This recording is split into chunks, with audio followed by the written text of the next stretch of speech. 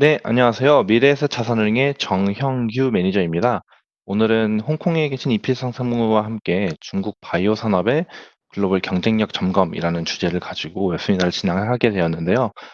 이번 웹세미나는 저희가 예전에 했던 것처럼 어려운 기업 분석이나 아니면 펀드 소개까지 나가는 좀 뎁스 있게 나가는 웹세미나가 아니라 어, 중국의 바이오 산업 내지 바이오 시장이 어떻게 형성되어 있고 앞으로 또 어떻게 바뀔 예정인지 조금 더 간단한 내용을 위주로 구성을 했으니 이 부분 참고 부탁드리겠습니다.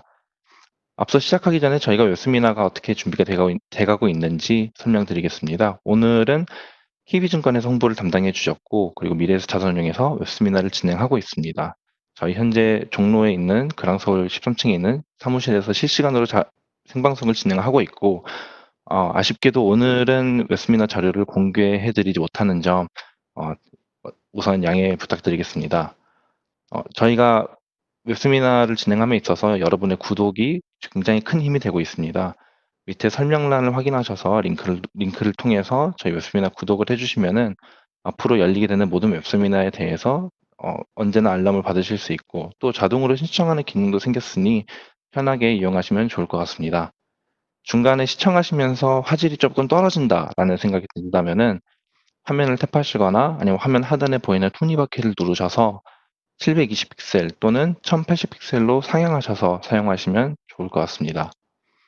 어, 저희 구독 서비스 말고도 유튜브 구독도 함께 해주시면은 저희가 웹세미나를 진행하는 데 있어서 큰 힘을 얻을 수 있으니 어, 한 번씩 구독해 주시면 대단히 감사드리겠습니다.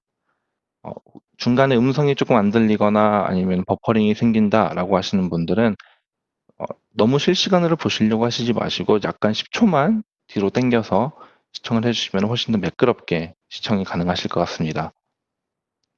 네, 많이 기다리셨죠? 저희 이필상 상무를 소개해드리고자 합니다. 어, 2006년부터 이제 대우증권을 통해서 이제 저희와 함께 하신 분이고, 현재는 미래에셋 자산운용 홍콩 법인에서 그러니까 아시아와 관련된 펀드의 리서치 본부장과 펀드 매니저 역할을 다 하고 계시는 분입니다. 운영하고 계신 펀드로는 모닝스타에서 5스타 레이팅을 받았던 아시아 그로스 펀드, 차이나 솔로몬, 디스커버리 펀드, 그리고 중국 본토 펀드 등 굉장히 중국과 관련된 투자에 있어서는 폭넓게 활동을 하고 계신 분이고요. 이번 웹세미나를 준비하면서 저도 굉장히 기대가 되는 내용이었던 것 같습니다. 어, 이제 그만 지체하고 이필수 상무님께 직접 이야기를 들어보도록 하겠습니다. 상무님 부탁드리겠습니다.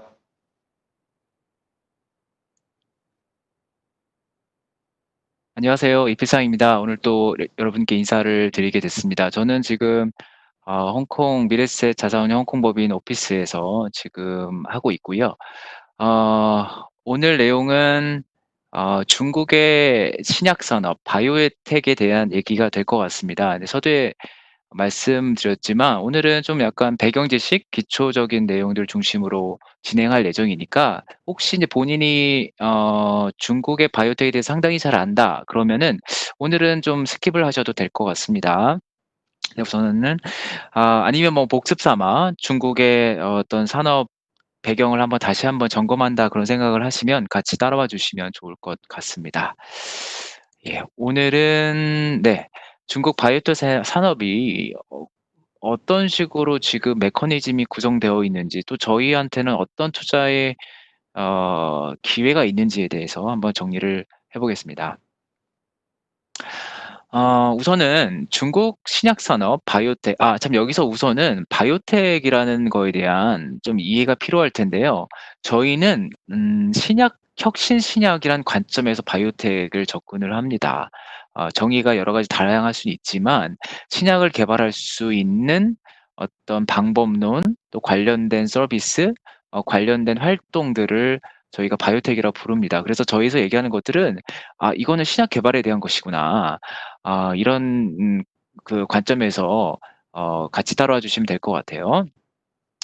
우선은 과거를 한번 볼게요. 중국이라는 나라가 그 많은 부분에서 캐치업을 하고 있지 않습니까? 이머징 국가이기 때문에 많은 부분에서 저성장을 그러니까 저발전이 되어 있다가 경제가 커지고 또 여유가 생기고 하면서 많은 새로운 과거에 뒤처졌던 영역들이 성장을 해 왔죠. 근데 그중에 하나가 인제 제약 산업 의약품 시장인데요. 중국은 과거에는요, 주로 성장 중심의 어떤 모습을 가져왔었어요. 성장 중심의 양적 성장이 가장 중요했고 여러 가지 의미가 있어요. 우선은 중국이 의료보험 헬스케어 관련된 지출이 지난 한 20년 동안 연간 15%씩 성장을 했습니다. 케이거로 연평균. 굉장히 빨리 성장을 했죠. GDP보다도 더 성장을 잘했고. 그다음에 어떻게 보면은 가장 후진국에 갖고 있는 고질적인 문제가 뭐냐면 개인 부담이 커요. 의료비 관련해서 개인이 아웃 오브 포켓이라고 그러죠. 자기가 직접 지불하는 비중이 큰데 선진국으로 갈수록 이게 보험이나 아니면 국가 재정으로 감당이 되는 것이죠. 그래서 여기 보시면 오른쪽 차트를 보시면 2000년대 정도만 하더라도요. 보세요. 개인의 비중이 어마어마하게 많습니다. 예, 개인의 비중이 굉장히 많죠. 개인 비중이 많다가 인제 시간이 갈수록 개인의 비중이 줄고 대신에 소셜 그러니까 보험이죠. 그러니까 사회적 보험, 그다음에 정부의 비중이 커집니다. 이러면서 이 의료비 지출의 비중이 나름대로 선진국 수준까지 많이 와 있어요. 많은 국가들이 사실 선진국들이 이런 정도의 모습을 보입니다. 개인의 비중은 1/3 미만이고 나머지는 국가 및 공공이 부담을 하는. 그리고 또 다른 측면은 의료보험 제도가 급격하게 성장을 했어요. 이 보시면은 자 여기 보시면 네 보시면 여기 2005년부터 해서 이게 뭐냐면은 보험의 피보험 인구 그러니까 보험 혜택을 받는 사람들 혹은 보험에 납입을 하는 사람들이겠죠. 한국으로 따지면 한국 또한 90년대를 거치면서 전 국민의 의료보험화가 진행이 됐었죠. 혹시 나이 드신 분들은 기억하시겠지만 1980년대 이전만 하더라도 일부 직장 보험만 있었어요. 그다음에 도시만 했었고 그게 인제 전국적으로 확대된 게 1990년 전후로 해서 우리나라도 그렇게 됐었는데 중국도 2000년대 후반에 그게 진행이 됐습니다. 그래서 2005년부터 해서 요렇게 성장을 해서 2012년 정도 되면은 중국의 거의 전 국민들이 다 의료보험 안에 들어오게 됩니다. 이것도 하나의 양적 성장의 사례인 것이죠. 이 두 가지를 인제 중국이 했고요. 그러다 보니까 중국의 제약 시장이 나름대로 커졌어요. 작지가 않습니다. 2005년에는 미국 기준으로 미국을 100을 하고 갔을 때 굉장히 많이 떨어져 있죠. 네 뭐 10위권 정도 됐고 미국이 한 5% 밖에 안 됐는데 2018년 정도 되니까 전 세계에서 2위 시장까지 성장을 했습니다. 시장 규모가 굉장히 커졌죠. 물론 미국만큼은 안 돼요. 왜냐하면 미국은 워낙 의료비를 많이 낭비하는 국가이기 때문에 미국을 따라갈 수는 없어요. 근데 인제 아무튼 미국이라는 나라에 상당히 근접해 갈 수 있는 국가가 됐죠. 일본이나 독일을 제치고 세계 2위 제약 시장 사이즈로 그렇게 큰 국가가 되었습니다. 근데 이게 양적으로는 성장을 잘했는데 문제가 있습니다. 뭐냐? 양적인 성장을 추구하다 보니까 질적인 부분에서 소홀한 게 너무 많아요. 예. 이게 인제 중국이 지금 해결해야 되는 문제 상황입니다. 어떤 거냐 보시면 왼쪽 차트, 오른쪽 차트 다 비슷한 걸 보여주고 있는데요. 오른쪽 차트로 설명을 드릴게요. 이게 지금 2019년 시점으로 보세요. 2019년 기준으로 봤을 때 보세요. 많은 부분은 제네릭입니다. 제네릭입니다. 제네릭이라고 하는 건 뭐냐면 복제약이죠. 카피약이죠. 화학약을 특허 만료된 것을 카피하는 것이고 여기 보시면은 TCM이라고 있어요. TCM. TCM은 뭐냐? 한국으로 따지면은 한방의학입니다. 한방약입니다. 한의원에서 처방하는 이건 영어로 말하면 이제 트래디셔널 차이니즈 메디슨입니다. 네. 이 부분도 굉장히 크죠. 생각보다 커요. 한 30% 되고. 이게 제네릭이랑 전통의약품의 비중이 굉장히 큰 비중을 차지하고 반면에 오리지널 신약들 특히 도메스틱 그러니까 중국 토종의 여기 보시면 이제 빨간색이라 잘 안 보이실 텐데 중국 토종의 여기 빨간색 보이시죠? 제가 파란색으로 그렸는데 중국 토종 제약사들의 혁신 신약들의 비중은 거의 없다시피 합니다. 네. 이게 지금 중국의 제약 산업의 구분인데 이게 어떤 의미가 있느냐 보세요. 제가 약간 배경 설명을 드릴게요. 누군가한테는 되게 쉬운 설명이 될 수도 있겠습니다만 이 보세요. 인제 개발 난이도가 하나 있고 그러니까 돈도 많이 들고요. 그쵸? 진입장벽이 높은 것이고 또 한편으로는 효능 그래서 efficacy 그다음에 side effect 이펙트 이런 것들이 중요합니다. 사이드 이펙트 왜 그러니까 부작용이 왜 의미가 있냐면 많은 약이 효능은 좋아도요. 부작용 때문에 사람을 죽이기도 합니다. 이 부작용을 줄이느냐가 신약 개발의 또 관건이기도 해요. 이것 때문에 자꾸 뭐 타겟 그러니까 타겟팅 표적이 가능한 그러니까 정말 내가 다루고 싶은 그러니까 암세포에만 가서 암세포를 타겟할 수 있는 그래서 다른 세포는 건드리지 않아야 하는 그쵸? 그래 다른 세포를 건드리는 그 순간부터 사이드 이펙트가 커지는 거죠. 이거를 낮출 수 있는 거를 두 가지 인제 좌표로 한다면 바이오 신약 그러니까 바이올로지 드러그들이 가장 높은 난이도와 가장 높은 효능과 낮은 사이드 이펙트를 가집니다. 네. 그리고요. 그리고 이제 요즘 인제 그 대세가 된 거고 소위 말하는 항체 신약들, 안티바디 계열의 약들, 그다음에 최근에 대세로 급부상하고 있는 면역 항암제, 소위 말하는 체크포인트 저해제, 대표적인 게 뭐 키트루다 뭐 이런 것들이 있습니다. 이제 조만간 막 지금 대세가 되고 있는 뭐 카티도 있고요. 근데 여하간 바이오 신약은 이런 거죠. 정말 진짜 이거 쓰면 진짜 병이 나아. 암이 치유할 수 있어. 이런 정도의 획기적인 약들이고 화학 신약은요. 케미컬 드러거든요. 이거는 효능 여전히 뭐 좋은 효능을 갖고 있는 약도 있습니다만 부작용이 너무 큰 경우가 많습니다. 아까 말씀드렸듯이 표적 기능을 갖기가 어렵기 때문에 몸 안에서 원하지 않는 세포까지 공격을 하게 되고 그래서 심각한 부작용을 갖고 있는 경우가 굉장히 많습니다. 옆에 인제 제네리라고 표현한 건 뭐냐? 결국은 화학약인데요. 화학약 중에서 특허가 만료된 거. 이거 오래된 약인 거죠. 뭐 개발이 예를 들어서 1980 년대, 90 년대 했고 특허 만료가 뭐 한 2000 년대, 2010 년에 이렇게 했던 약들. 효능은 비슷하겠죠 당연히. 똑같겠죠. 하지만 오래된 약이고 또 이 제네렉은 이미 이 특허를 통해 물질 구성에 대해서 이미 다 공개가 돼 있는 거기 때문에 진입 장벽이 낮아요. 누구나 만들 수 있는 것입니다. 예. 그래서 이런 식으로 인제 약을 이제 분류를 할 수 있는데요. 이게 인제 어떤 의미가 있느냐.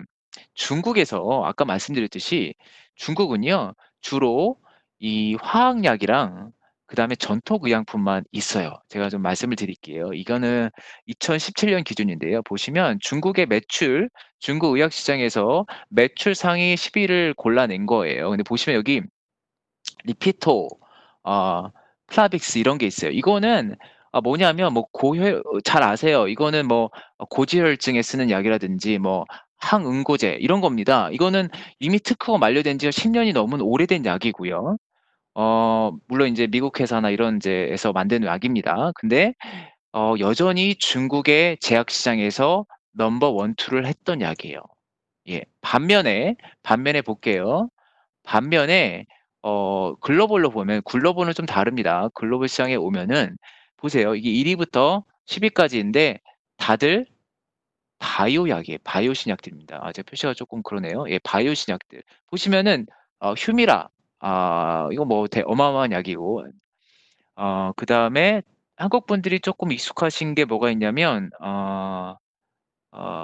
여기는 허셉틴이라든지 아니면 여기 보시면은 릭투산이라든지 아바스틴 이거는 한국 분들이 익숙한 이유가 뭐냐면 이런 것들이 인제 특허가 만료가 되면서 셀트리온이나 삼성바이오 같은 기업들이 바이오 시밀러를 만들기 시작을 했어요. 그래 가지고 익숙하신 건데 여하간 이런 약들 우리가 생각할 때는 효능이 좋고 사이드 이펙트가 낮은 바이오 신약들이 지금 전 세계 매출의 상위를 다 랭크하고 있습니다. 반면에 중국은 아까 말씀드렸듯이 전부 다 화학약 예 화학약 아니면요 여기 보시면 TCM들 그러니까 한방 의약들이 중국 매출 상위 10위 안에 들어가 있는 겁니다. 그다음에 여기는 소디움 클로라이드 이건 뭐냐면 식염수예요, 식염수. 그러니까 링거 만들 때 있지 않습니까? 이런 것들이 중국 제약품의 탑 10 안에 들었던 겁니다. 이게 좀 어 황 좀 황당한 거죠.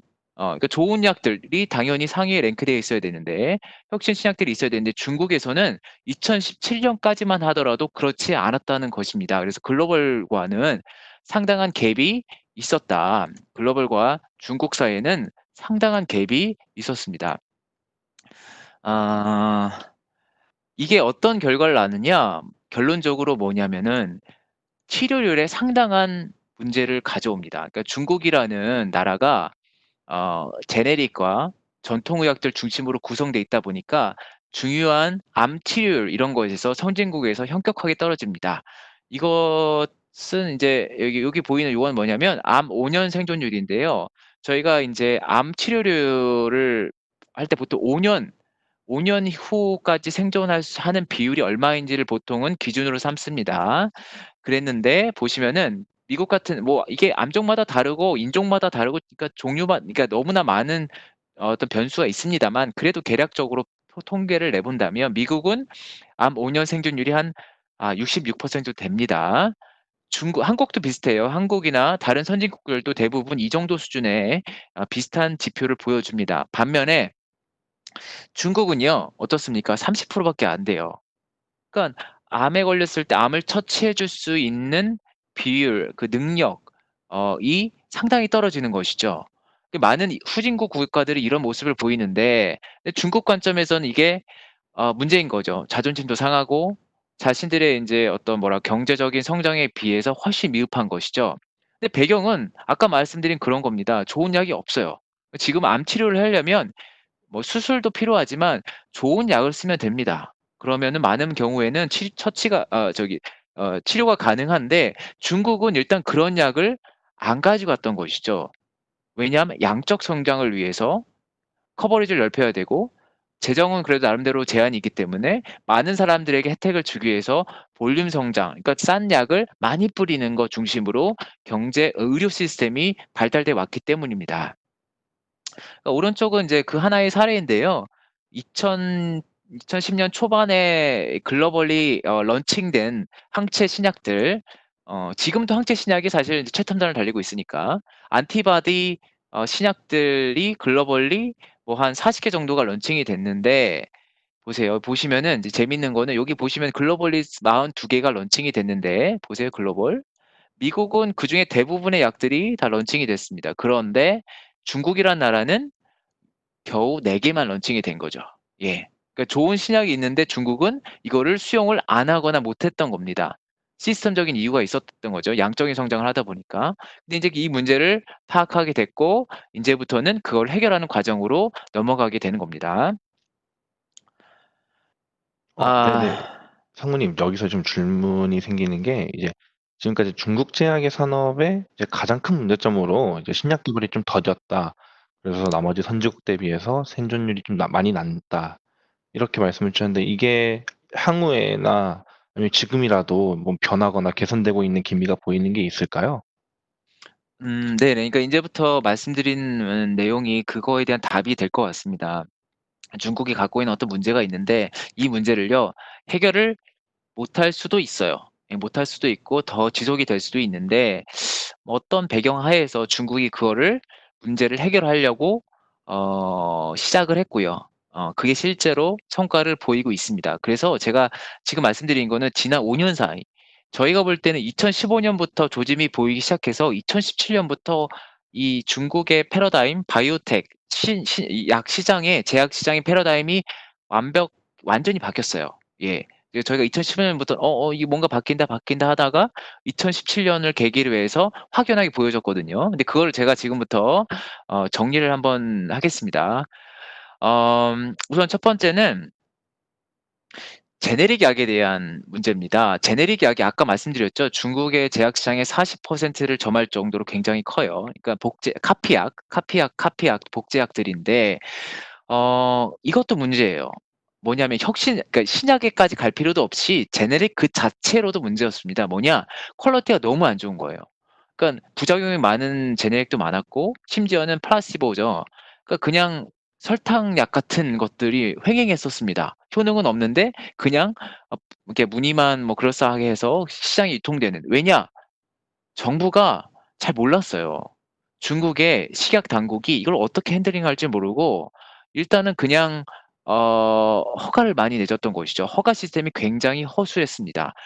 이런 것 때문에 사실은 중국의 제약 산업들이 약간 뭐랄까 우후죽순격으로 성장을 하게 됐죠. 왜냐하면 쪼끔만 대충 비슷하게 물질을 만들어 내면 그냥 승인을 받고 그다음에 출시를 할 수 있었거든요.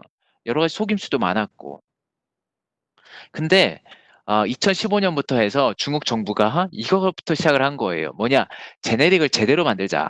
우리가 그동안 만들었던 제네릭은 가짜도 너무 많고 불량품이 너무 많다. 이제부터는 제대로 만들자. 그게 뭐냐면 생물학적 동등성 테스트입니다. 바이오 이퀴발런트라고 부르는 거고, 소위 이제 BE 테스트라고 이제 생략해서 부르는 건데, 이거는 복제약을 승인할 때 아주 기초 중의 기초입니다. 그런데 중국은 이것도 못했던 거죠. 이것도 못했던 건데 2015년 이후부터 이거를 매우 강화를 합니다. 그래서 B 테스트를 제대로 그러니까 생물학적 동질성과 관련된 데이터를 제대로 보여주지 못하는 경우에는 승인을 안 해주고요. 제네릭을. 그 다음에 이미 시장에서 판매가 되고 있는 제네릭조차도 데이터를 구축하지 못할 경우에는 시판을 못하도록 막았습니다. 네. 그래서 이 난리가 났어요. 2015년부터 해서. 지금 돌이켜보면 참 황당하죠. 제네릭은 당연히 B 테스트를 해야 되는데 중국은 그걸 못했던 겁니다. 그런데 2010년부터는 확연하게 달라졌어요. 그래서 여기 이제 차트가 뭘 보여주냐면 2015년부터 해서 변화인데 2019년에 B 테스트를 거친 그 물질군, 그러니까 70개 정도의 물질이 그걸 거쳤고요. 지금 얼마냐면은 지금은 173개까지 그 물질이 뭐 스몰 몰리큘이 되겠죠. 그 화학 물질이 BE 테스트를 통과를 했습니다. 네. 그래서 현격한 발전이 지난 몇 년 사이에 있었던 겁니다. 그러니까 중국은 지금은 제네릭들 시장에서 판매되고 있는 제네릭들이 퀄리티가 훨씬 좋아진 거죠. 퀄리티가 좋아졌다기보다는 기본적인 퀄리티에 다들 이제 도달하는 약들이 많아진 것이죠. 이게 5년 전에는 그러지 않았다라는 얘기입니다. 근데 여하간 이것도 나름대로 중요한 어치브먼트입니다. 두 번째는 제네릭이 아니라 남의 약을 이제 특허 만료된 거를 카피하는 게 아니라 신약. 신약도 여러 가지 종류가 있습니다. 뭐 계량 신약이 될 수도 있고 아니면 정말 혁신 신약이 될 수 있는데 여하간 신약 과정에서 신약을 하는 과정을 더 효율적이고 어떤 표준화를 하고 수준을 높이고 또 속도를 빨리 하고 이런 작업들이 또 지난 5년 사이에 있었습니다. 우선은 그러니까 신약과 관련해서는 제대로 이피커시와 사이드 이펙트를 테스트하는 것을 보여주는 통계가 필요하겠죠.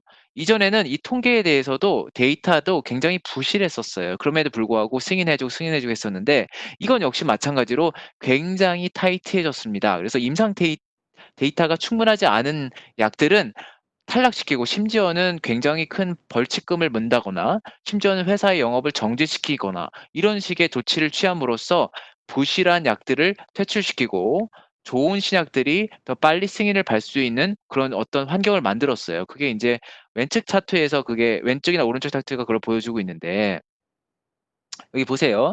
이거 뭐냐면 의약품 평가센터인데 중국에서 여기서 일단은 신약들 물질과 뭐 임상 데이터 이런 것들을 제출을 하겠죠. 그럼 여기서 이걸 검토를 해요.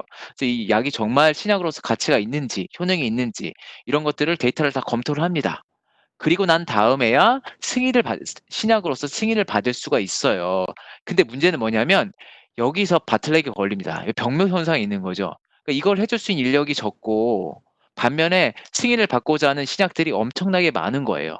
이것 때문에 중국에서 신약을 신청한 다음에 실제로 승인을 받을 때까지는 3년, 5년 이렇게 세워라 내워라 기다려야 했었어요. 이거를 해결을 한 거죠. 어떻게 했냐? 첫 번째는 아까 말씀드린 그거예요. 뭐냐? 이 보시면은 이게 보시면 그러니까 그러니까 의약품 평가 센터에서 평가를 기다리고 있는 신약들이 숫자인데 이게 2015년을 겪으면서 급감을 했습니다. 이 급감을 했다고 해서 신약 후보군이 적어졌다는 게 아니에요. 아까 말씀드린 이런 거예요. 임상 데이터가 부실한 약들을 다 탈락시켜 버린 거예요. 어떤 페널티를 부과를 함으로써. 그래서 이때 뭐 거의 그 충격이었죠, 그때. 이 조치가 발생되고 나서 저희가 알고 있는 기업들이 많은 수가 스스로 자진 철회를 했어요. 신청을 자진 철회를 했습니다. 그러면서 그 신약 그 후보 약들의 수가 급감을 합니다. 거의 반토막이 났죠. 근데 이거는 좋은 거예요. 왜냐하면 남아있는 약들은 데이터가 충분히 좋은 거거든요. 네. 그리고 그 덕분에요. 어떤 변화가 있었냐면 그 덕분에 보세요.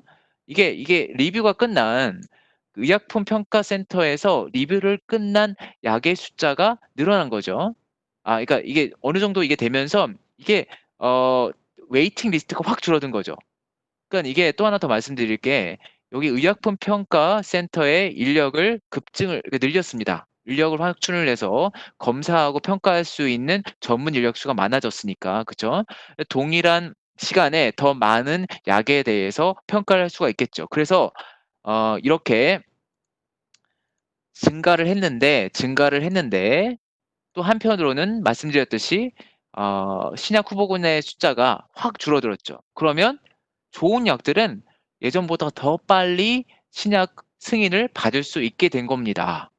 그쵸? 그래서 인제 결론적으로 보시면 오른쪽에 보면은 지난 5년 사이 4년 사이에 이 매달 이제 통계인데 중국의 NMP에서 한국으로 따지면 식약청이죠. 신약 의약품을 승인하는 건수가 이렇게 증가를 합니다. 네. 증가를 합니다. 네. 그러면 어떤 얘기냐? 좋은 신약을 갖고 있는 데이터를 충분히 준비를 해 놓고 좋은 efficacy를 보여주는 데이터가 있다면 그 약은 승인을 빨리 받겠죠. 빨리 받는다는 얘기는 시장에 빨리 팔 수가 있고 빨리 자기가 투자했던 자본을 회수할 수가 있다는 얘기가 되는 것이죠. 그러면 돈을 벌어서 당연히 또 재투자를 할 수 있고. 이게 굉장히 선순환으로 가는 거를 중국 그 식약 당국이 중국 정부가 지난 5년 동안 한 거예요. 그래서 이런 모습들이 지금 저희가 관찰이 되고 있습니다. 근데 세 번째는 이것도 굉장히 중요해요. 뭐냐면 제네릭 및 어떤 오래된 약들, 기초의약품들의 가격을 낮춰야 됩니다. 왜냐? 왜 그래야 되냐? 이래야만 제한된 재원에서 혁신 신약들, 좋은 약들, 개량 신약들한테 더 많은 보험금을 지불할 수가 있어요. 예. 이게 굉장히 중요합니다. 그래서 제네릭이나 이런 데서 비용을 절약을 해서 그거를 떼다가 혁신 신약 쪽이 지원을 할 수 있게 되는 겁니다.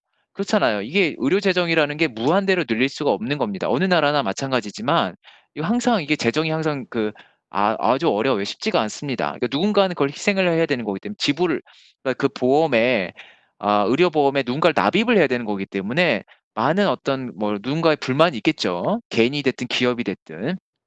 그렇기 때문에 그건 좀 제한적이고 결국은 그 안에 있는 의료보험을 나름대로 잘 효율적으로 배치를 해야 되는 것이죠. 알로케이션을 해야 되는 거죠. 그게 어떻게 되느냐? 바로 제네릭 약값을 깎으면서 하는 겁니다. 근데 이게 말처럼 쉽지는 않습니다. 왜냐? 여기에 배경에 있는 이권 단체들, 이해 단체들이 너무 많은 거예요. 특히 인제 병원 의사들, 그죠? 한국은 인제 그렇진 않습니다만 한국은 그런 건 거의 사라진 걸로 알고 있습니다만 중국은 그런 게 많았겠죠. 병원에서 혹은 의사가 제약사로부터 리베이트를 받아서 약은 비싸게 파는데 그 중간에 그 마진을 상당 부분을 마크업을 상당 부분을 병원이나 의사가 가져가는 거예요. 그 대신에 그 약을 처방해 주고. 그쵸. 이게 너무나 이게 전 세계 어느 나라나 공통적으로 제약 산업에서 발생되는 가장 큰 문제입니다. 이거를 어떻게 해결했느냐? 중국은요. 어떻게 해결했느냐? 과거에는요. 이게 왜 문제가 발생하냐면 이 정부 단위에서의 협상력이 없었어요. 뭐냐? 약을 처방을 하는데 지방 정부 혹은 시정부가 그걸 관여를 해요.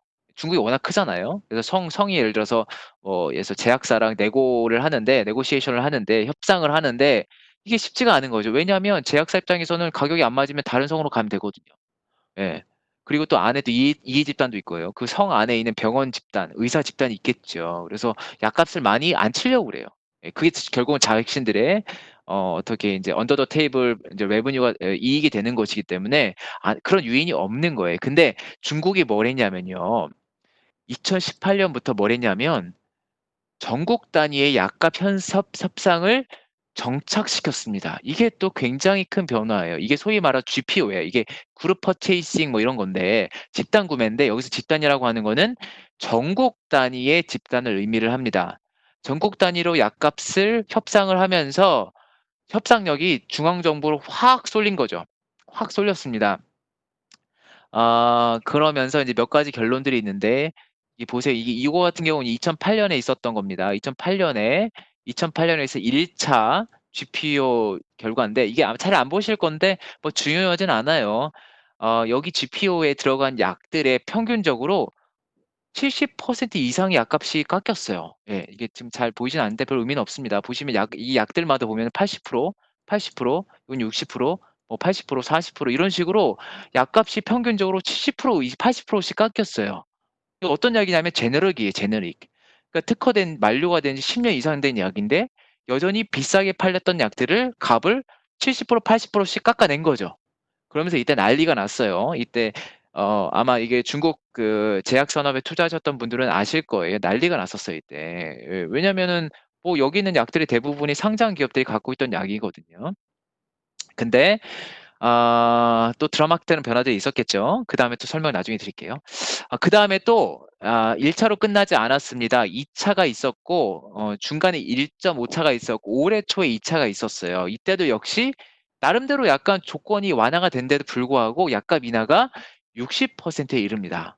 그러니까 우선 첫 번째는 '야 굉장히 크다.' 그쵸? 약값 인하. 그래서 '정부가 소정의 목적을 달성했다.' 두 번째는 제네릭 약값이 참 비쌌던 겁니다. 예. 제네릭 약값이 상당히 비쌌던 겁니다. 여러 가지 이유 때문에 아까 말씀드린 그런 구조적인 어떤 단합 이런 것 때문에 심했던 건데 이거를 제대로 이번에는 해결해 낸 것이죠. 그래서 이게 참 뭐랄까 지금 정권 중국 정부 정권이 나름대로 우리가 알고 있는 것 이상으로 그 산업 곳곳에 나름대로 중국 정부가 갖고 있는 묘표가 있고요.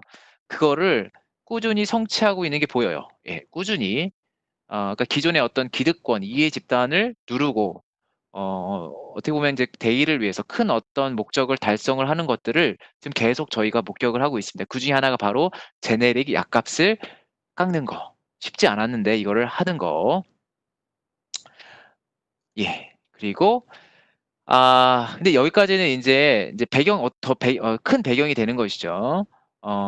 신약과 제네리크와 관련 품질 관리를 하는 것이고 신약할 수 있는 어떤 좋은 신약들이 나올 수 있는 프로세스를 만들어 주는 것이고 하나 더 중요한 게 있어요. 뭐냐?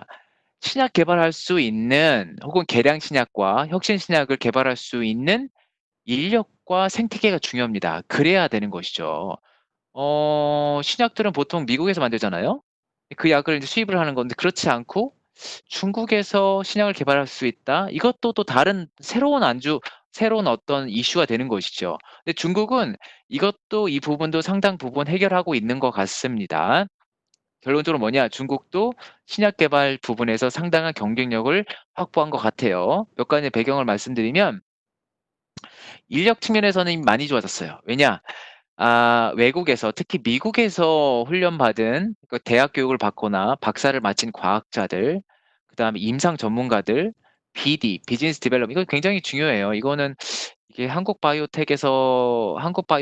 제일 못하는 부분이라고도 보통 평가를 많이 하시는데 BD 하는 거를 경험한 사람들이 주로 화교가 되겠죠. 대만 사람이 될 수도 있고 아니면 인제 뭐 중국 본토 사람이 될 수도 있겠습니다만 혹은 인제 뭐 미국 사람일 수도 있어요. 예. 제가 아는 뭐 미국 시민자권 중에서 중국에서 활동하고 중국 바이오텍에서 활동한 사람들도 많이 봤습니다.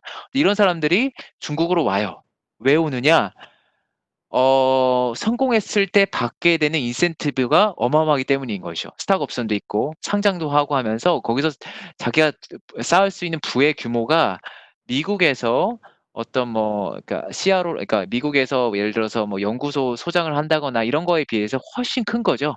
네. 그래서 많은 사람들이 이 리스크를 테이킹을 합니다. 왜냐? 그 리워드가 훨씬 크기 때문에. 그래서 인력 측면에서는 별로 걱정할 필요는 없는 것 같아요.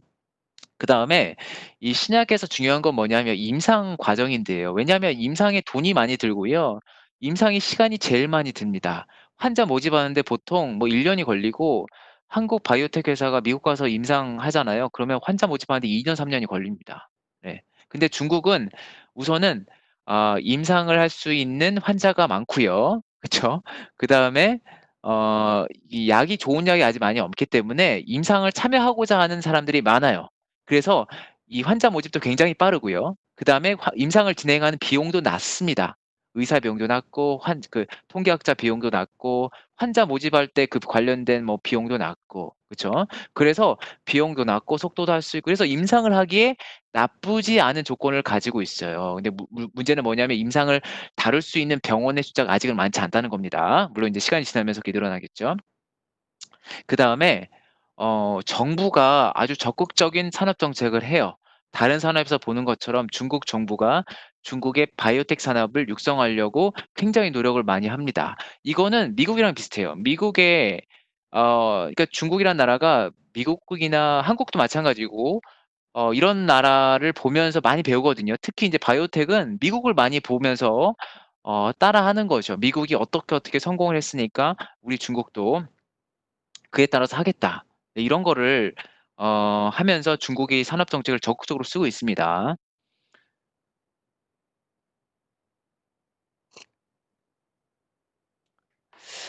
그거 제가 인제 중국에 대해서 인제 미국을 따라한다고 했는데 요게를 잠깐 말씀드릴게요. 오늘도 또 시간이 많이 가고는 있습니다만 네. 여하간 쪼금 더 재미있는 내용이니까 설명을 드릴게요. 미국이라는 나라가 혁신의 나라였죠. 뭐 지금도 혁신을 잘하고 있고 바이오텍이 그중에 하나였고요. 이걸 어떻게 중국이란 나라가 죄송합니다. 미국이란 나라가 바이오텍을 이렇게 선도할 수 있었는지 몇 가지 배경이 있는 거죠. 첫 번째는 그러니까 대학이나 어떤 벤처들이 돈을 벌 수 있는 인센티브를 많이 제공을 했습니다. 이게 인제 소위 말해서 아 바이돌 액이라고요. 1980 년에 만든 특허법 개정안인데 이거부터 이게 미국이란 나라가 바이오텍 관련돼서 굉장히 많이 상업화 인센티브를 갖게 됐더라고 평가를 합니다. 이게 뭐냐면은 정부로부터 혹은 그러니까 정부의 연방 정부 혹은 뭐 NIT로부터 지원을 받더라도 대학이 정부로부터 지원금을 받아서요. 프로젝트를 하고 그거의 결과물이 나오잖아요. 이전에는요. 그 결과물이 정부 소유였어요. 정부가 보통은 처분권이 있었어요. 그런데 이때 이 법 개정한 이후부터는 이게 대학과 벤처나 기관들한테 넘어간 거죠. 자기들이 좀 인제 단독으로 결정할 수 있고 또 exclusive하게 라이센스 아웃을 할 수 있고 그걸 통해서 수익을 올리는 것을 허용해 줬습니다. 이러면서 대학에서 폭발적으로 성장을 한 거예요. 대학에서 연구를 쪼끔만 잘하면 특허를 내고 특허를 잘만 팔면은 '대박이 나는구나.' 하는 것들이 이 법을 통해서 확연해진 것이죠. 그 시스템이 만들어진 것이죠. 그래서 여기 보시면은 1980 년을 시점으로 해서 이 보시면 뭐냐면 미국 특허의 수인데 이때부터 급증합니다, 이렇게.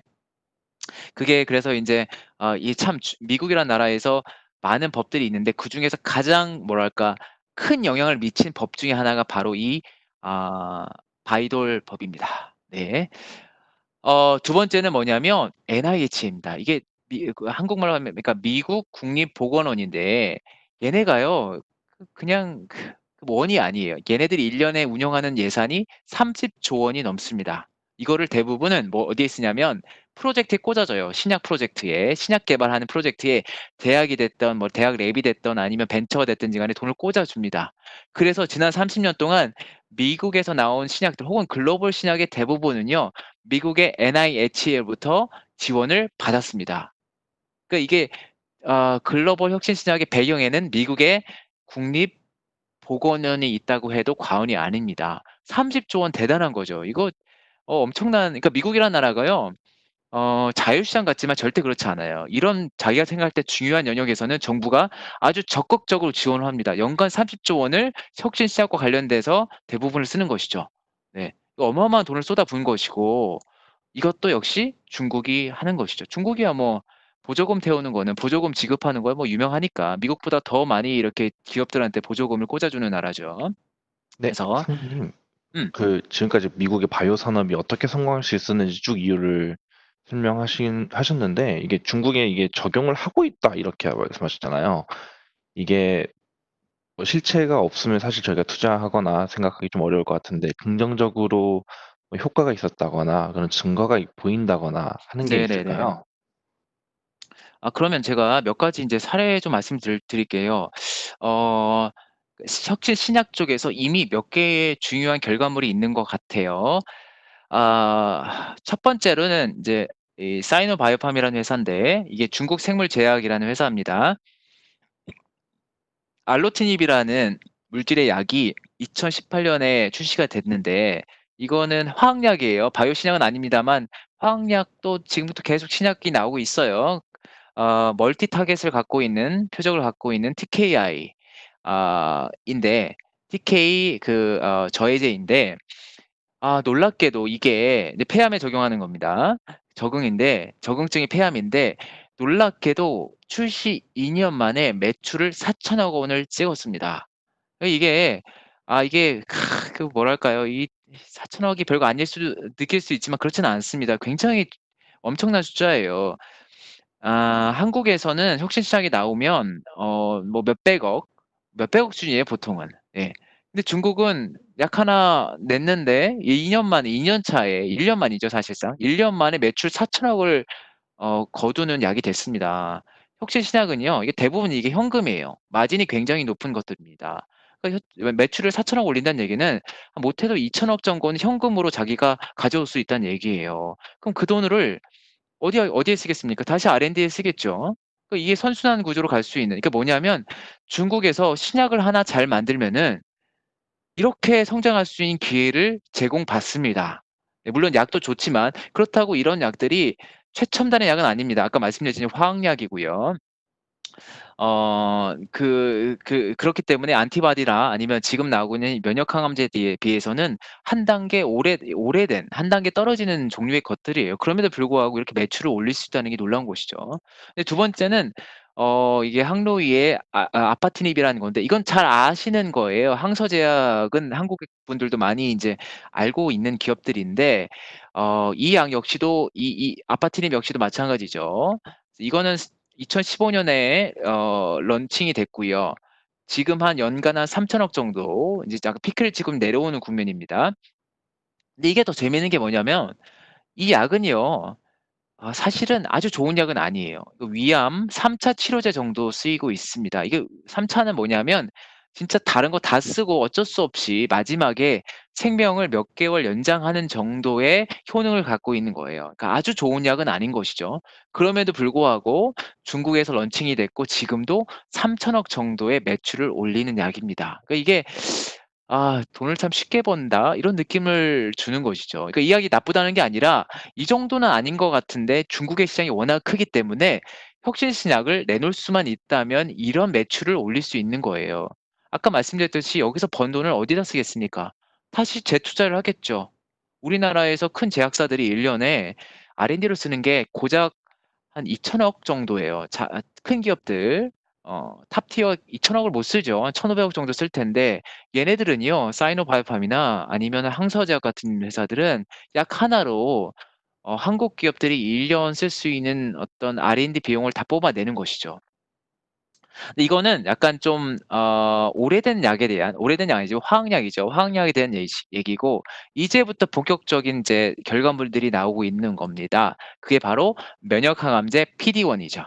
PD-1은 여기서 면역 항암제를 또 아시는 분은 아실 텐데 기존의 것들은요. 우리 약물을 집어넣어서 이 약물이 암세포에 가서 탐색 타겟이 아니라 그 몸 안의 어떤 세포에 가서 그걸 직접 공격하도록 만드는 것인데 그리고 그다음에 한 단계 나간 건 뭐냐면 몸 안에 들어가서 특정 어떤 그 리셉터를 가지고 있는 세포에 가서 걔네들만을 표적하게 하는 것이죠. 그게 바로 안티바디 약품들입니다. 근데 지금 얘기하는 건 뭐냐? 지금 최첨단인데 바로 면역항암제이고요. 면역항암제는 뭐냐면 몸 안에 있는 면역 세포가 알아서 암세포를 공격할 수 있도록 도와주는 겁니다.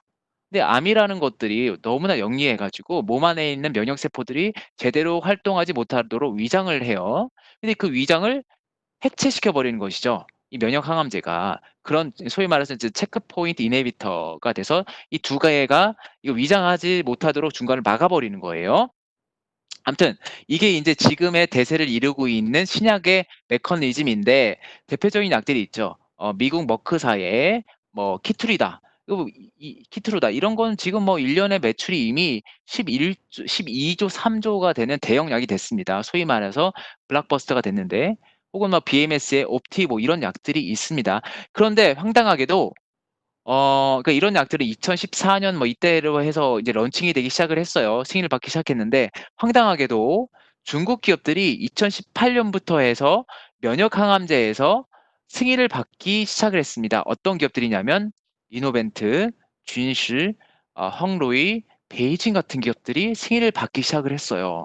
그리고 지금 임상 3상적인 기업들도 상당히 많이 있습니다. 그러니까 참 놀라운 것이죠. 글로벌리 2015년 정도 이제 나오기 시작한 약들인데 중국에서 2019년에 비슷한 약들이 나오게 시작을 한 거죠. 그 4년 격차. 참고로 한국에서는 한국 바이오텍도 굉장히 잘하고 있습니다만 한국 바이오텍은 아직 면역 항암제 관련해서 승인된 약은 하나도 없고요. 물론 대부분의 것들은 임상 1상에 머물러 있습니다. 어느 순간 보니까 명역 항암제 부분에서 중국이 한국을 앞질렀고 지금은 패스트 팔로우의 위치에 있어요. 그 미국을 바짝 따라가는 패스트 팔로우의 위치에 있습니다. 물론 그렇다고 제일 잘한다는 얘기는 아니죠. 무조건 지금 미국이 여전히 글로벌을 리드하고 있고 다만 중국은 패스트 팔로우의 전략을 잘 수행하고 있는 것이죠. 잘 수행하고 있는 겁니다. 그다음에 이거는 아직은 승인을 받은 건 아닌데 지금 차세대 명역항암제로 가장 각광을 받고 있는 게 바로 카티죠. 카티죠. 색깔을 노란색으로. 네. 카티죠. 카티인데 이건 역시도 중국 기업들이 빠르게 패스트 팔로워로 캐치업을 하고 있습니다. 이건 역시도 이제 T세포라는 면역세포를 그 안에서 이제 암세포를 그 암세포 특이적으로 반응할 수 있는 수용체를 집어넣는 거예요. 그 DNA 그 조작을 통해 가지고. 그리고 다시 인제 T세포를 몸 안에 넣어 줍니다. 그러면 아주 획기적인 어떤 반응률이 나와요. 근데 그거를 지금 미국에서 막 이제 약들이 나오고 몇 년 전에 나오고 막 그랬는데 중국에 레전드라는 회사가 또 있습니다. 예. 이게 인제 최근에 또 미국에 상장되기도 했던 중국 기업인데 이 기업이 또 미국 기업들의 바로 바짝 따라가는 패스트 팔로워의 모습을 보여주고 있습니다. 네. 사례가 좀 많이 있죠. 그래서 제가 이렇게 몇 개를 말씀드렸는데 어 이런 기업들 그러니까 이게 또 아까 말씀드린 중국의 혁신 신약에 대한 어떤 경쟁력 그 인력도 되고 자본도 몰리고 뭐 임상도 잘할 수 있는 것 같고 그런데 하나 더 조건이 있어요. 하나 더 중요한 어떤 변수들이 있었습니다. 뭐냐면 생태계가 또 형성이 잘 돼 있어요. 이게 뭐냐면 보세요. 이게 신약을 개발하는 과정이 굉장히 테디어스해요. 뭐냐면 그 물질을 개발하는 거는 굉장히 이노베이티브하고 노블할 수 있어요. 굉장히 뭐 새로운 아이디어, 혁신성이 필요한데 그 물질을 개발한 다음부터는요. 그다음부터는 사실은 되게 지루한 과정의 반복입니다. 그러니까 실험도 계속 반복해야 되고 또 동물 실험도 계속해야 되고 화학약이라면은 그 화학약 그 라이브러리를 계속 돌려봐야 되고 그다음에 그 세포 배양을 하는 것도 계속 그 셀 라인도 관리를 해 줘야 되고 임상하면 또 임상 환자 관리 그러니까 굉장히 지루한 과정의 연속이거든요. 그리고 근데 이게 또 굉장히 어떤 하이 스킬을 요구를 해요. 이런 거를 대학 벤처가 할 수는 없습니다. 바이오 벤처가 할 수는 없어요. 경험이 없기 때문에. 이걸 누군가가 도와줘야 됩니다. 그게 있는 거랑 없는 거랑 큰 차이가 나요. 중국에선 뭐가 있냐면 바로 CRO 회사들이 굉장히 잘 발달되어 있습니다. CRO 연구 대행 서비스인데요. 뭐냐? 컨트랙 리서치입니다. 그러니까 계약하에서 연구를 대신해 주는 거예요. 뭐 대표적으로 뭐 동물 실험을 해 준다거나 아니면은 그 셀 라인 이게 세포를 배양할 때 세포주죠. 세포주가 있어야만 그걸 계속 이제 이렇게 복제를 해 가지고 양을 늘릴 수 있는 거죠. 바이오 리액터라고 보시면 돼요. 생산하는 설비라고 보시면 됩니다. 그다음에 암티바디 뭐 요즘 많이 하고 있는 이제 바이스페시픽 아니면 네 바이스페시픽 아니면 ADC 같은 새로운 메커니즘을 할 수 있는 어떤 방법 그러니까 그걸 생산할 수 있는 뭐 예를 들어서 ADC 같은 경우는 안티바디인데 거기다가 화학약을 같이 올리는 거잖아요. 연결하는 거잖아요. 링크를 걸어야 되는데 어떻게 링크를 걸지 잘 안 걸릴 수도 있잖아요. 자꾸 떨어질 수도 있고. 이거를 만들어 줄 수 있는 어떤 제조 능력 이런 거는 별도의 어떤 노하우인 것이죠. 이걸 제공해 줄 수 있는 회사가 있는 것과 없는 게 다릅니다. 바이오 바이오 생태계, 바이오텍 생태계 관점에서. 근데 중국은 그런 기업들이 많다는 것이죠. 대표적인 게 바로 우시그룹이에요. 우시바이오텍이라는 회사가 있습니다. 한국으로 뭐 양명그룹인데 우시 바이오 혹은 우시 앱텍 이런 회사들 두 개가 상장이 되어 있어요. 하나는 홍콩, 하나는 본토에 중국 본토에 상장이 되어 있습니다. 얘네들이 많은 걸 해요. 얘네들이 뭐 여기서 안티바디 관련된 플랫폼도 가지고 있고 ADC 플랫폼도 가지고 있고 뭐 셀라인도 만들어주고 그럽니다. 그러니까 어떤 바이오 벤처 회사가 대학 벤처가 아이디어만 있으면 그러니까 물질만 갖고 있으면 노블한 어떤 물질을 갖고 있으면 그거를 나머지 과정을 대신해 줄 수 있는 사람이 있어요. 네. 네. 이게 좋은 것이죠. 그 오른쪽은 제가 뭘 보여드리냐면은 이런 기업들, CRO 기업들의 직원들의 구성 이게 재밌어요. 보세요. 우시바이오 같은 회사들 보시면은 이게 인제 박사급, 석사급, 학사급이에요. 이거 보시면은 이게 몇 명입니까? 한 2,000여 4,000명 정도 정원을 갖고 있는 회사인데 이 회사에 2,000 명이요. 석사급 이상입니다. 야 이게 뭐 어떤 회사 중에서 50% 이상이 석사급인 회사가 있나요? 한국에서? 한국에서도 많지는 않을 것 같은 한 삼성도 안 될 것 같은데요. 근데 중국 회사가 이걸 하고 있는 거예요. 그러니까 전문 인력들을 석사, 박사 이런 사람들 이렇게 많이 데리고 있으면서 여기서 필요한 동물 실험, 뭐 셀라인 관리하는 거, 안티바디 플랫폼 관리하는 거 이런 걸 하고 있는 것이죠. 그쵸. 이미 그런 기업들이 있고요. 우시는 참고로 글로벌리도 굉장히 유명한 회사입니다. 이미 글로벌리도 잘 알려져 있는 회사입니다. 인제는 쪼끔 더 포괄적으로 생태계를 아깐 인제 어떤 CRO 기업으로 말씀을 드렸다면 지금은 지역으로 말씀을 드릴게요. 신약 개발을 할 때 중요한 건 역시 생태계입니다. 그 허브가 필요해요. 사람들이 모여서 이런 일을 하는 사람, 셀라인 관리하는 사람들, 뭐 라이브러리 관리하는 사람들, 동물 실험의 전문가들, 뭐 대학 교수님들 뭐 이런 사람들이 모여 있어야만 신약이 나옵니다. 그래서 허브가 필요한 거고요. 한국 같은 경우에 대표적으로 대전에 있는 대덕 연구단지가 그런 기능을 하는 곳이죠. 그래서 한국의 신약 벤처들도 뭐 대덕이나 오송 뭐 이런 데 많이 있죠. 그게 좋은 거예요. 그렇게 해야 되는 것이고 우리는 미국에서 보고 있습니다. 미국에서 신약을 잘하는 배경 중에 하나가 바이오텍 허브가 있거든요. 어디냐면 보스턴이랑 샌디에이고 두 개가 있습니다. 샌디에이고는 주로 인제 DNA 분석 이런 거 관련해서 큰 것이고 전통적인 어떤 신약 관련된 것은 보스턴 지역, 보스턴에 그쵸 하버드대 있고요. MIT 있으니깐 그쪽 중심으로 이렇게 형성이 되어 있습니다. 근데 중국도 있습니다. 중국은 어디냐면요. 상해 그다음에 수조입니다. 이게 여기 보시면은 여기가 어디냐면 여기가 많이 아실 거예요. 푸동입니다. 중국에 상해에 가시면 높은 건물들 있는 데 있잖아요. 참고로 저희 미래에셋 그룹도 거기 빌딩은 있습니다만 거기가 푸동인데 거기서 한 30분 정도 거리예요. 30분 정도 거리로 가면 거기가 바로 소위 말해서 양쯔강 그러니까 장강 과학단지가 있습니다. 거기가 중국 바이오텍의 메카입니다.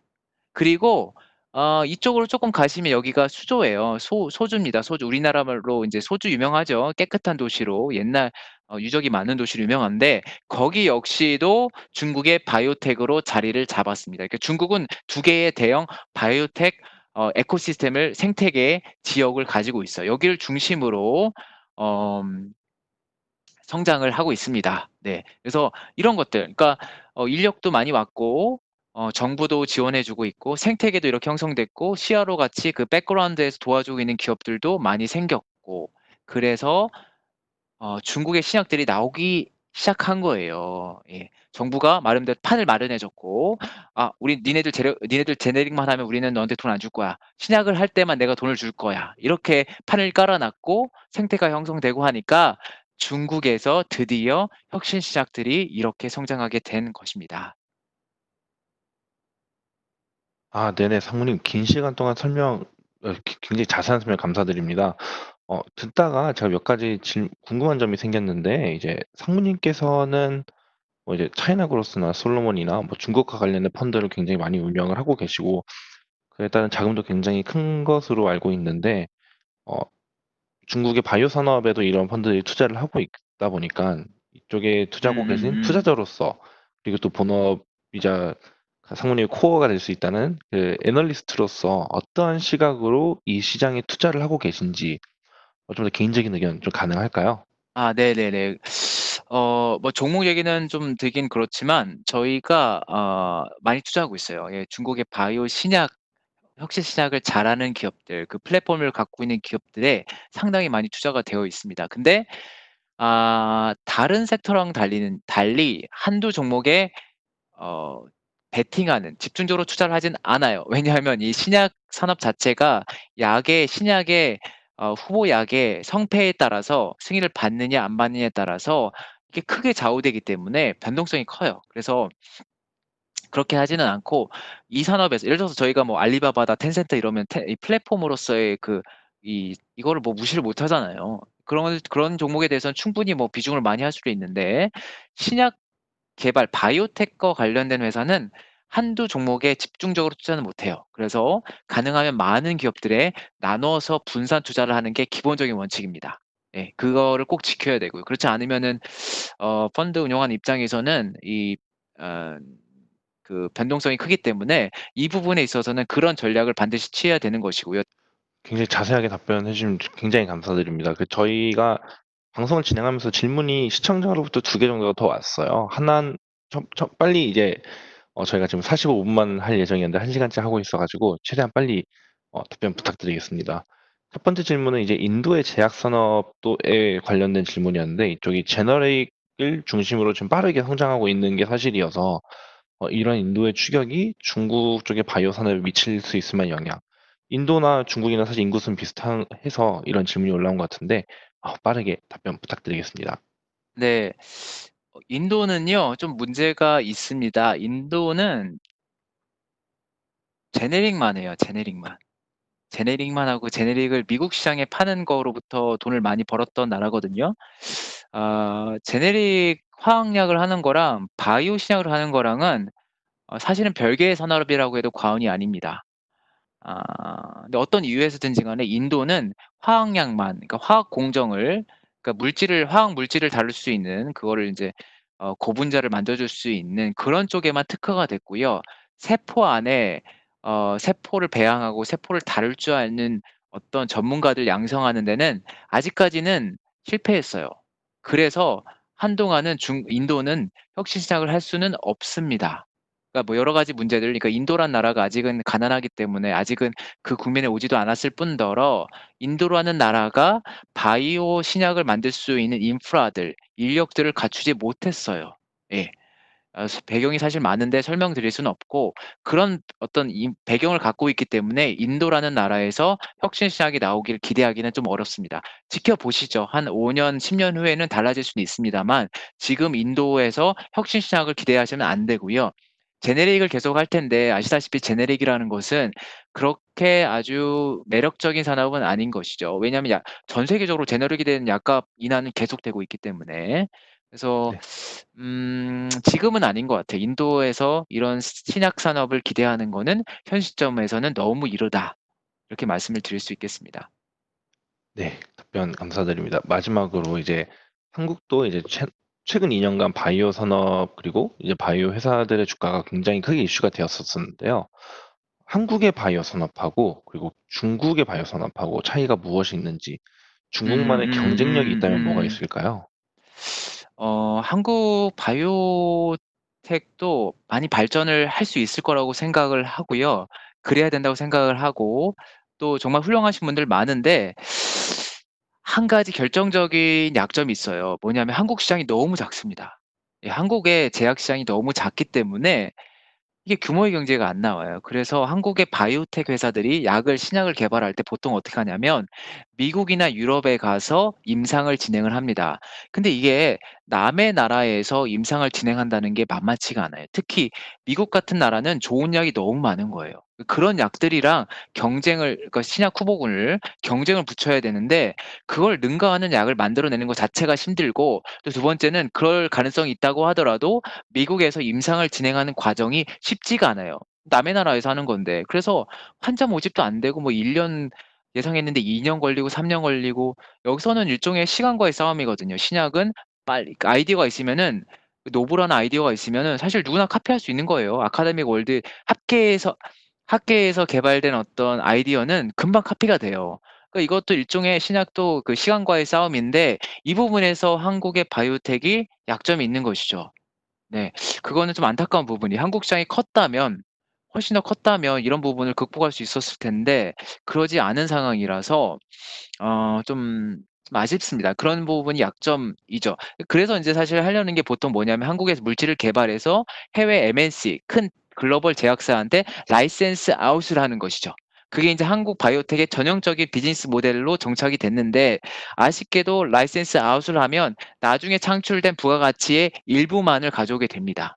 그래서 실제로는 임상까지 거쳐서 마케팅까지 해야지 모든 가치를 부가가치를 가져올 수 있는 것이거든요. 그래서 그런 면에서는 좀 한계가 있고 중국은 이런 면에서 장점인 거죠. 왜냐? 자기 홈그라운드에서 임상을 하는 것이고 또 웬만한 회사들은 마케팅 뭐 병원 채널 다 갖고 있는 거거든요. 그 관계 릴레이션십을 다 갖고 있는 거거든요. 그래서 어떤 약이 나왔을 때 관련된 부가가치를 본인들이 다 확보를 할 수가 있는 것이죠. 재원을 확보하고 그걸로 다시 재투자를 할 수가 있고 이게 중국 바이오텍의 매력일 수도 있고 장점이고요. 한국은 이런 어려운 상황에서 계속 그걸 인제 고분고투하면서 그걸 극복하는 기업들 일부들이 좀 인제 저희가 주목을 해야 되는 기업들이 되겠죠. 그래서 좀 네 이런 차이점이 있다는 거. 어 마지막으로 제가 하나 더 말씀드리자면 미국에도 바이오텍 회사들이 많잖아요. 그쵸? 그러면 이렇게 말씀하실 수 뭐 세계 최첨단을 달리고 있는 미국의 회사들한테 투자하면 되는 거 아니냐. 근데 문제는 뭐냐면 미국의 바이오텍 회사들은 이미 좋은 약 포트폴리오가 너무 많아요. 그러니까 좋은 약들을 너무 많이 갖고 있기 때문에 거기서 새로운 신약이 올라온다고 하더라도 미미한 영향을 미칠 뿐입니다. 근데 중국 회사들은 지금 다들 부실한 회사들 그러니까 약 포트폴리오가 별거 아니거든요. 그런데 혁신 신약들이 하나둘씩 올라오면 그게 매출과 이익에 미치는 영향이 지대한 것이죠. 예. 그러니까 저희 주식 투자 입장에서는 이런 영역이 더 매력적이겠죠. 근데 미국 바이오텍이 못한다는 게 아니라 주식 투자자 입장에서는 '그냥 잘하네.' 이런 거가 되는 것이죠. 그래서 이런 또 미국 바이오텍과 또 중국 바이오텍의 차이가 또 이런 부분이 있다는 것까지 말씀을 드리겠습니다. 네. 긴 시간 설명 감사드립니다. 저희 지금 500명 정도가 아직 동시에 시청을 해 주시고 계신데요. 지금 9시 5분이 넘어가는 이 시점까지 굉장히 늦은 저녁까지 저희 말씀이나 관심을 갖고 시청해 주셔서 감사드립니다. 그리고 지금 홍콩 휴일이실 텐데 출근하셔서 지금 방송하신 이필 상무님께도 감사의 말씀 부탁드리겠습니다. 상무님 고생하셨습니다. 네 고맙습니다.